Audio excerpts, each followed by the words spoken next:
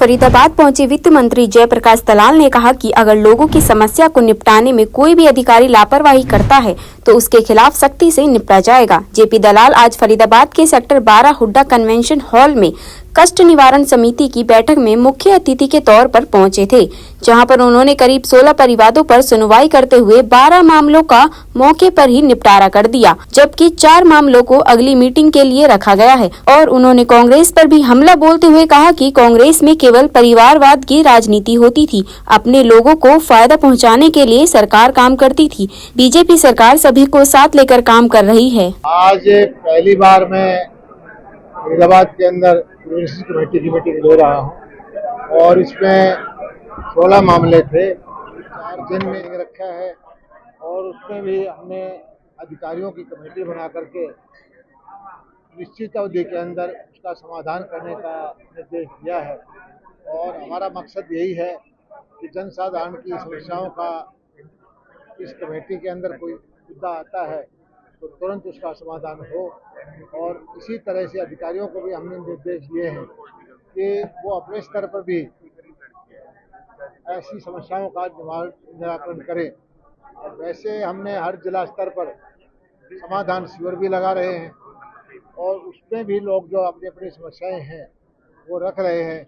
और केंद्रीय स्तर पर हमारे चंडीगढ़ से कितनी शिकायतें आती हैं, कितना समाधान होता है, उन सब की हम मॉनिटरिंग भी कर रहे हैं। कई मामलों में देखा गया है कि अधिकारी तैयारी करके नहीं आते। अभी डीटीपी प्लानिंग ने कहा कि मुझे जानकारी ही नहीं है। नहीं, वो उसके पास उसका विषय गया नहीं था, वो बिजली से संबंधित मामला था, तो मैंने उसको अपनी तरफ से कहा है कि वो बिजली का काम अगर बिल्डर नहीं करता है तो टाउन कंट्री प्लानिंग के अधिकारी, क्योंकि उनके अधिकार है कॉलोनाइजर पर, वो कार्रवाई करें। डीसी के अधिकारियों को भी चेतावनी आपने सस्पेंड करने की दी। देखिए, पहली मीटिंग है, मैं सभी अधिकारी भी अपने भाई हैं, लेकिन ये जरूर है कि कोई अधिकारी अगर कोताही अब आगे बढ़तेगा तो निश्चित तौर पर हम सख्त कार्रवाई करेंगे। लेकिन हमारा मकसद ये है कि हम सब मिलजुल करके आम जनता की सेवा करें। कांग्रेस लगातार दावे कर रही है सरकार बनाने, आप क्या किसमें देखते हैं? देखिए, इस देश में दावे करने पर किसी को रोक नहीं है, कोर्ट कचहरी भी रोक नहीं लगाती। दावे करने का उनको अधिकार है। और कांग्रेस को जब पिछली बार 10 में से 0 लोकसभा आई थी तब भी दावे करती थी। उससे पहले बार जो हुड्डा जी की सरकार गई थी तब भी दावे करते थे। वो दावे करते रहेंगे और हम जनता का आशीर्वाद प्राप्त करेंगे। भारतीय जनता ने भी किए सर 90 पार के, कहा 90 पार के नहीं किए। हमने जो दावे किए थे सोच समझ कर किए थे। और मैं बताता हूँ, हम 3 बार से देश के अंदर आशीर्वाद प्राप्त करने में सफल रहे हैं। ये बहुत ही 60 साल के बाद ऐसी घड़ी आई है और तीसरी बार हरियाणा के अंदर भी हम सरकार बनाएंगे। भूपेंद्र सिंह हुड्डा ने जवाब दिया है भाजपा को, जब कहते हैं आपके बाबू बेटा की पार्टी है कांग्रेस, वो कहते हैं कि हमने कांग्रेस के लिए काम किया है, हर परफॉर्मेंस हमारी बेहतर रही है, चाहे दीपेंद्र हुड्डा हो चाहे भूपेंद्र हुड्डा हो। क्या कहेंगे? देखिए, वो अपनी पार्टी के लिए कुछ भी कहें, लेकिन हरियाणा की जनता, हरियाणा के गरीब, हरियाणा के किसानों का जो नीति बना करके हमने काम किया है, आशीर्वाद हमें मिलेगा।